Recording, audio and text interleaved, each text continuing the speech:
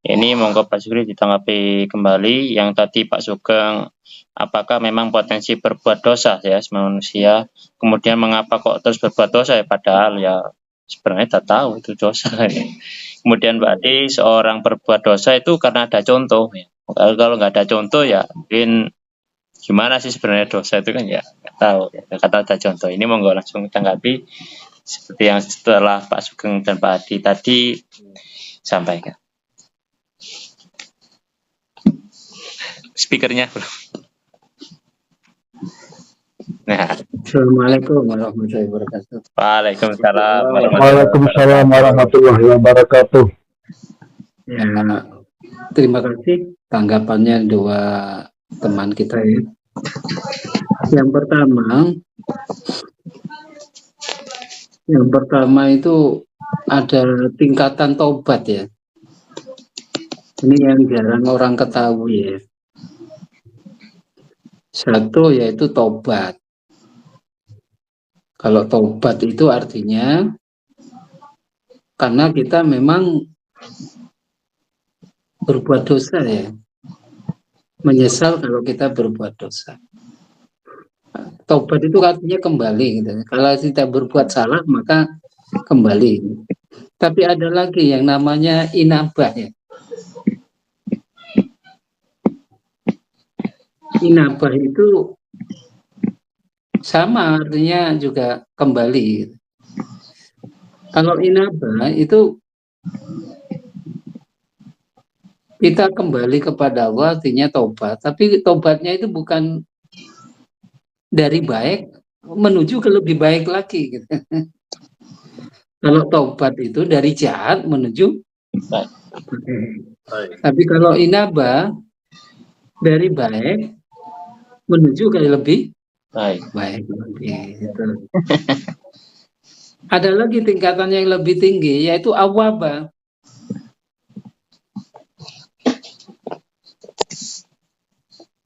Ya.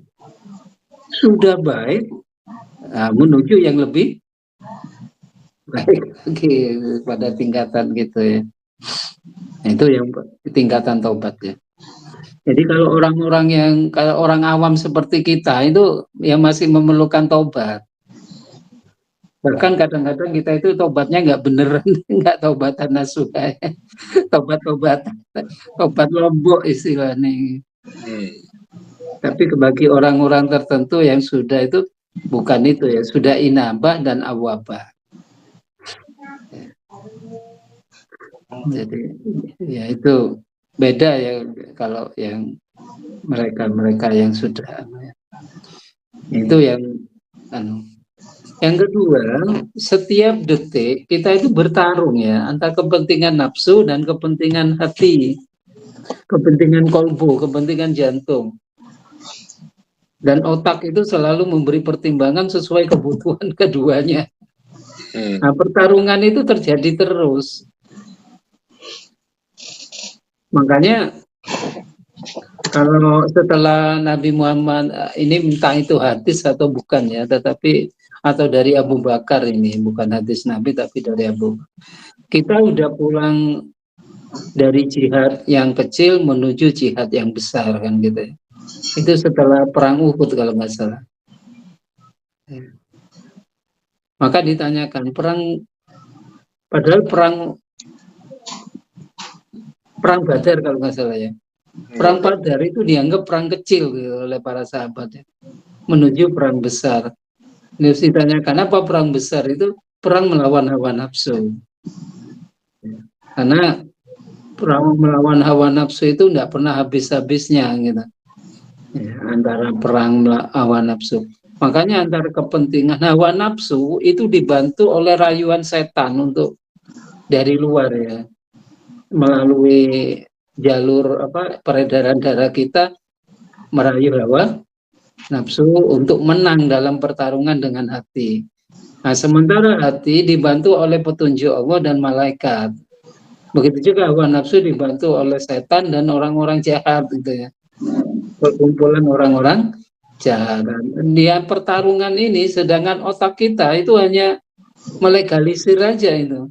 Kalau menang hawa nafsunya maka otak memberi pembenaran kejahatan itu. Umpamanya begini ya, nafsu kepingin melihat seorang wanita dosa kecil ya, terus menang hawa nafsunya, kemudian kita melihat perempuan itu, wah perempuan itu cantiknya, kata akal, yo gak popo dosa kecil lah, tapi kalau menang hatinya, maka menang jantungnya, keinginan jantungnya, kemudian dia tidak melihat wanita itu, ya itu sih benar begitu, melihat wanita itu maksiat, akalnya memberi pembenaran juga gitu. Makanya alangkah baiknya kalau akal itu diisi potensi-potensi Quran agar bisa membantu kolbunya gitu ya, nggak diisi oleh pembenaran-pembenaran yang culas ya. Pola pikir culas kayak pola pikir setan ya, menipu dan sebagainya ya, itu ya. Nah itu, jadi pertarungan ini terus terjadi, makanya ya dosa itu kalau kemudian kita cepat-cepat bertobat, dosa itu banyak manfaatnya. Jadi dosa yang mendatangkan kita ingat kepada Allah itu bagus. Begitu. Tapi lihat kebaikan. Kalau kebaikan itu kita berbuat baik, tapi melahirkan kesombongan, keangkuhan, nah itu malah melahirkan dosa gitu ya. Katakanlah kayak begini, orang sudah naik haji, kemudian dia merasa sudah dosanya bersih, sudah sombong naik haji, Islami sempurna dan sebagainya. Nah itu kan melahirkan kesombongan, keangkuhan. Terus aku mari haji sampai enggak iso aku Islam itu sempurna sampai enggak kaji. Nah, itu kan melahirkan kesombongan. Amal baik tapi melahirkan kesombongan itu justru jelek. Tapi amal jelek melahirkan kesadaran itu justru baik. Bisa meningkatkan kualitas iman. Nah ini yang harus kita sadari kadang-kadang.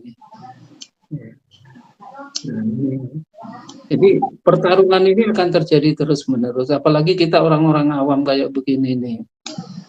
Istilahnya bukan orang yang khusus, bukan orang yang istimewa, bukan orang. Ini kita sering melakukan dosa kecil ya. Ya kita mungkin sudah terhindar dari dosa besar. Ya, tapi kita kadang-kadang masih melakukan dosa-dosa kecil ya. Jadi pertarungan terus-menerus. Orang yang selalu enak sudah merasa nikmat, makanya saya katakan tadi itu, orang yang menikmati melakukan dosa itu menjadi dosa besar dan dia akan terus-terus melakukan dosa. Seperti cerita tadi di Pak Sugeng itu, karena anak itu sudah menikmati melakukan dosa gitu ya, bukan menyesal tapi sudah menikmati. Itu masalahnya. Kalau orang masih tidak menikmati atau tidak merasa sombong, mau diberi nasihat, mungkin akan berhenti melakukan dosa. Tapi kalau sudah menikmati, sudah malah kadang-kadang justru pamer, bangga telah melakukan dosa, wah itu sudah, kalau orang sudah bangga melakukan dosa, itu mungkin dinasihati udah tidak bisa ya. Udah sulit, kecuali kalau dapat pencerahan dari Allah. Nah makanya jangan sampai kita itu merasa aman, merasa bangga, merasa berbuat dosa. Atau jangan sampai kebaikan kita melahirkan kesombongan, kebaktian, ketakwaan kita melahirkan kesombongan dan sebagainya. Itu justru menjadi dosa. Ya. Nah ini yang kurang lebihnya saya tambahkan, semoga ini bermanfaat. Assalamualaikum warahmatullahi wabarakatuh. Waalaikumsalam warahmatullahi wabarakatuh.